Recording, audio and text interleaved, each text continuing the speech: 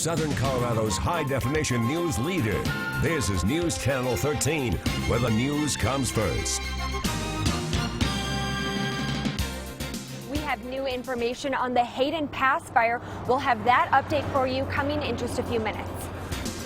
And of course, with all this fire danger, we're keeping our eyes on the winds. I've got the latest on your wind forecast, and I'm tracking some strong weather moving in later this week.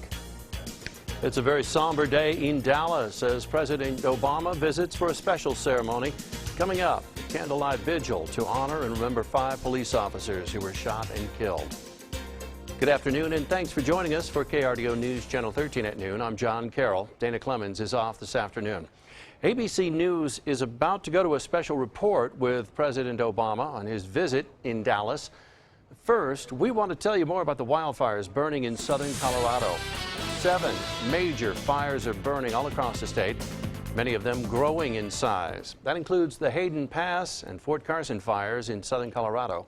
Several fires are burning around the state, from the Cold Springs fire outside of Boulder to the Beaver Creek fire near the Wyoming border. There's a fire near Deckers and one burning on the western slope as well. We have team coverage tracking the fire and conditions that affect it. KRDO News Channel 13's Emily Allen is live in Fremont County, and Storm Tracker 13's Mike Everett is in the Weather Center tracking the winds. We'll get to Emily in just a moment, but first, Mike Everett joins us with the latest wildfire forecast. From the sound of it, conditions are a little more favorable for firefighters so far, Mike. Indeed, John, but that is a relative term today because, of course, it is still hot out there. We are still looking at some breezy winds, just not to the extent that we saw on Monday. So let's dig in and first have a live look in Pueblo, courtesy of our exclusive Viera wireless camera. Not as hazy as we were expecting, so we can still see the mountains there, although they are obscured right now. But those winds are forecasted to switch around to the south and southwest later this afternoon, and that could increase the haze across the Front Range. We'll keep an eye on that. Temperatures already in the upper 70s in the Springs, 85 in Pueblo, looking at 60s, 70s, and 80s up in the high country. One of the good things is we got a chance to cool off overnight. Places like Leadville and Gunnison got into the 30s overnight last night, and that helps a lot in this situation. Pair 82s in La Junta and in Lamar, 84 right now in Springfield, 85 in Pueblo. Here's what's happening with the wind right where Emily Allen is right now. We're seeing those winds picking up between 8 miles an hour in Canyon City, but 22 miles an hour in Salida, and again moving due west. So what that will do is force some of that smoke down the lower Arkansas River Valley and out along the Front Range. So I am expecting the haze to pick up in Pueblo and possibly even in the Springs a little bit later this afternoon.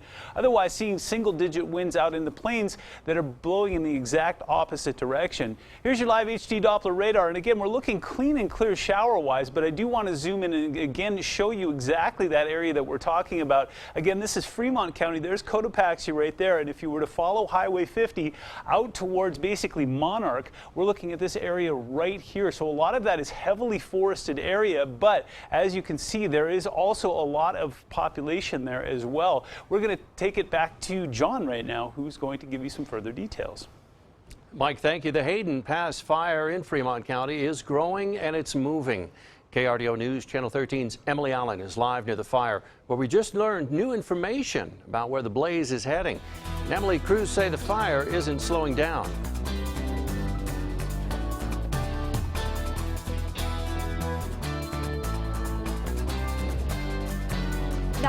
That's right, John. The temperatures are picking up here as well as the wind. And with that, we are seeing an increase in smoke along the foothills. I'm going to take a step back so you can get a better view of the mountains. This fire continues to burn east. Now, at this press conference just a few minutes ago, we learned that this fire is increasing in size, but they don't have an exact estimate. Right now, they're still saying that it's at 12,000 acres, but they do know that in reality, it's larger than that. Now, here is some video from County Road 1A near Cotopaxi from this is about 15 minutes east of here. We were up there earlier and deputies were there as well as firefighters. They're surveying the area because the wind could take the fire in that direction. So far, though, it is not under evacuation. We asked what it'll take to stop this fire. Probably take a fire-ending event such as a large rainstorm to put out this fire completely.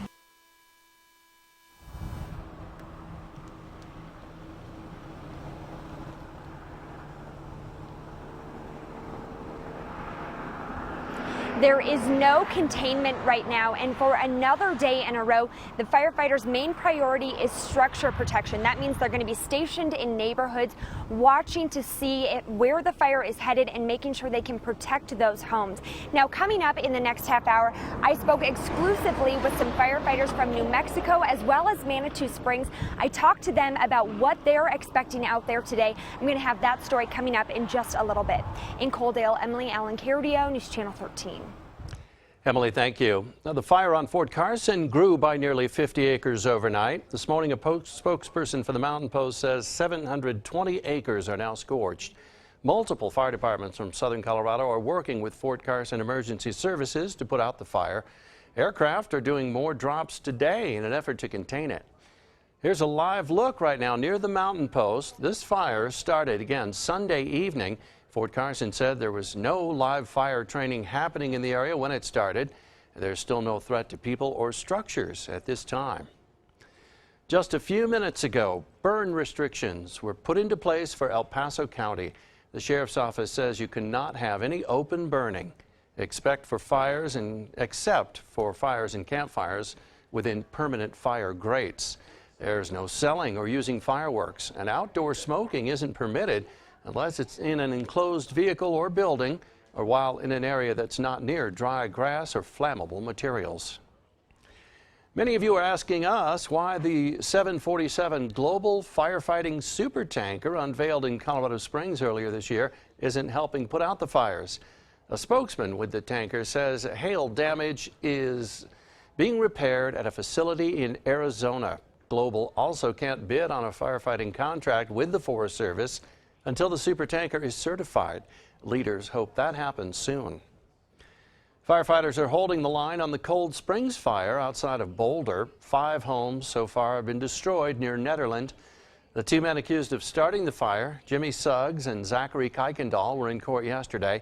Investigators say they didn't put out their campfire properly, and that's what started the wildfire.